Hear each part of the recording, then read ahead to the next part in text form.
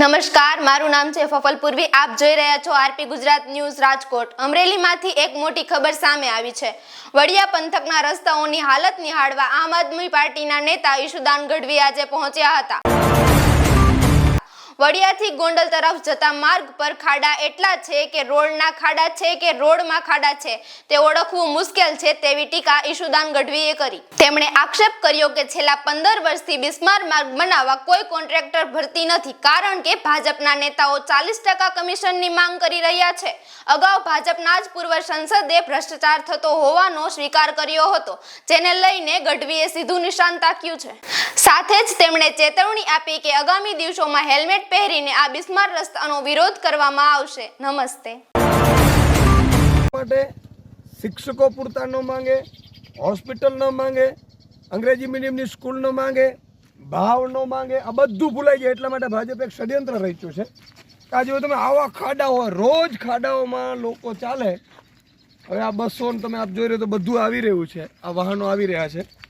એટલે આ ખાડા છે ને બનાવે જ નહીં. એટલે આખા લોકોને તમે જ્યાં પ્રશ્ન પૂછો ને શું તકલીફ છે, ખાડાની તકલીફ છે, રસ્તાની તકલીફ છે, એટલે બાકી બધું ભૂલાઈ જાય. અને છેલ્લા 4 મહિના આવે એટલે એ લોકો અહીંયા ખાડા કરવા માટે આવી જાય, બુરવા માટે. હવે પ્રધાનમંત્રીને મારે વિનંતી કરવી છે નરેન્દ્રભાઈ મોદીને કે નરેન્દ્રભાઈ આવો વડિયામાં એક સભા કરો. ભલે અમને નુકસાન થશે, તમારી સભા થાય 5-25 લોકો, તમારા આગેવાનો તમને પ્રેમ પણ કરે. એવી હાલત થતી હોય, બધાને નુકસાન છે, વાહનોને પણ નુકસાન છે. અને નરેન્દ્રભાઈને એટલા માટે હું વિનંતી કરું છું, આવો ને તમે તો રસ્તો બની જાય. બાકી કઈ રસ્તા બનાવવાની અમારી પાસે હવે કાંઈ છે નહીં. ભાજપના નેતાઓ તો એટલા માયકાંગલા છે, એક ધારાસભ્ય હોય, એક મુખ્યમંત્રી હોય, એને શું રસ્તો બનાવે? રસ્તાથી એને શું લેવા દે? મુખ્યમંત્રીને હેલિકોપ્ટરને ચાર્ટર આપી દીધો, મારા બેટા નીચે જ હાલતા નથી. શું એ કરતું ઉપરથી વયું જાય? પ્રજાની વચ્ચે રહેનારા મુખ્યમંત્રીઓ હોવા જોઈએ, પ્રજાની વચ્ચે રહેનારા મંત્રીઓ હોવા જોઈએ, ધારાસભ્યો પ્રજાની વચ્ચે રહેનારા હોવા જોઈએ, સાંસદો. અમરેલીના પૂર્વ સાંસદને હું અભિનંદન આપીશ. કેમ છો? મજામાં? આ જો રસ્તાની હાલત બહુ ખરાબ છે, હે ને?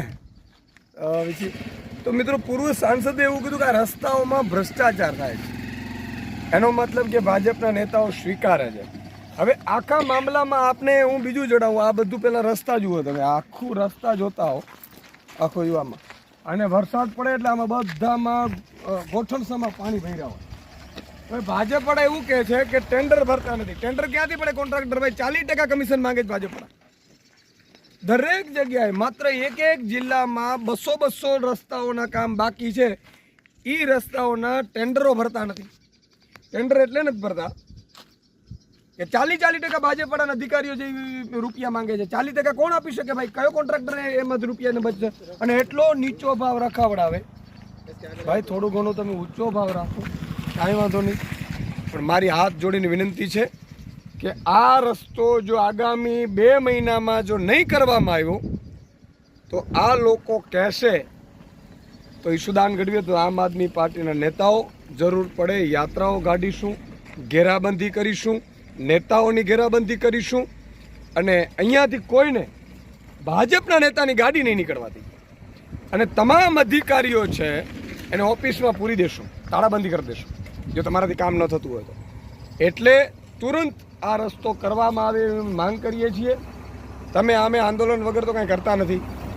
આંદોલન કરીએ તો એમ કે ચાલો તો વિપક્ષ મુદ્દો ઉઠાવે. જો આ બધી બસ, સરકારી બસોને નુકસાન થાય છે, વાહનોને નુકસાન છે, મોટરસાઇકલવાળાને નુકસાન છે, કમરને નુકસાન છે. આજે હાલત જુઓ આ ગાડી. પણ મિત્રો, પીડા એ વાતની છે કે પ્રજાએ પણ જાગવાની જરૂર છે.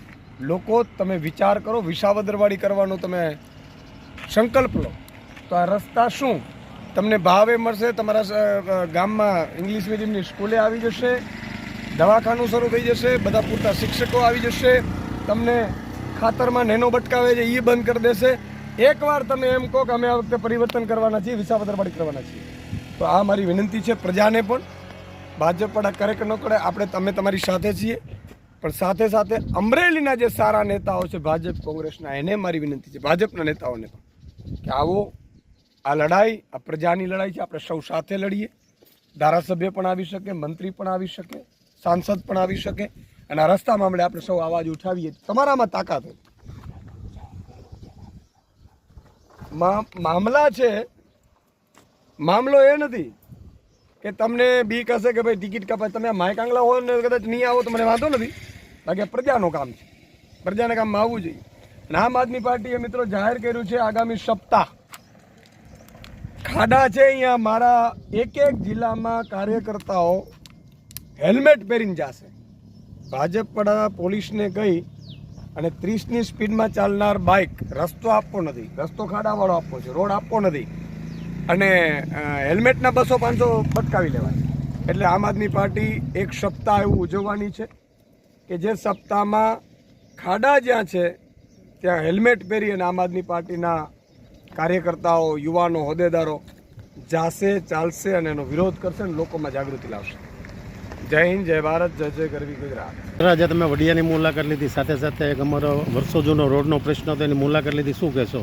બિલકુલ, આજે હું વડિયા આવ્યો ને એટલા બધા ખાડા પડ્યા છે, રોડ ખાડામાં છે, ખાડામાં રોડ છે, ખબર નથી પડતી. અને 15 વર્ષથી આ રસ્તો બનતો નથી એવી ગ્રામજનોની માંગ હતી. આ વડિયાથી લઈ ધારીથી લઈને આ ગોંડલ રાજકોટ જતો રસ્તો છે, સેંકડો વાહનો આમાં ચાલે છે. ખેડૂતો જણસી વેચવા ગોંડલ માર્કેટ યાર્ડમાં જાય, અહીંયાથી જાય છે. તમામ વાહનોને ખૂબ નુકસાન થઈ રહ્યું છે, લોકોને ખૂબ નુકસાન થઈ રહ્યું છે, લોકોની કમરોની તકલીફો વધી ગઈ છે. ત્યારે મેં આજે આ રોડ રસ્તાની મુલાકાત લીધી છે.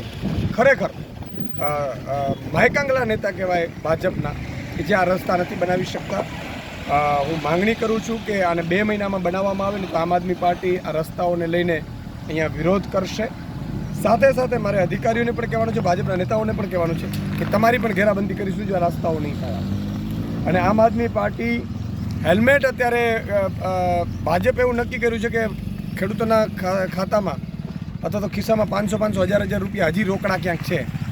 એટલે એણે હેલ્મેટમાં દંડ ફટકારવીને એમાંથી ખિસ્સામાંથી કાઢવાનું નક્કી કર્યું છે. રોડ રસ્તા આપવા નથી, ટોલ ઉઘરાવે છે, છતાંય રસ્તા સારા આપવા નથી, અને છતાંય તમારે હેલ્મેટના નામે લૂંટ ચલાવવી છે.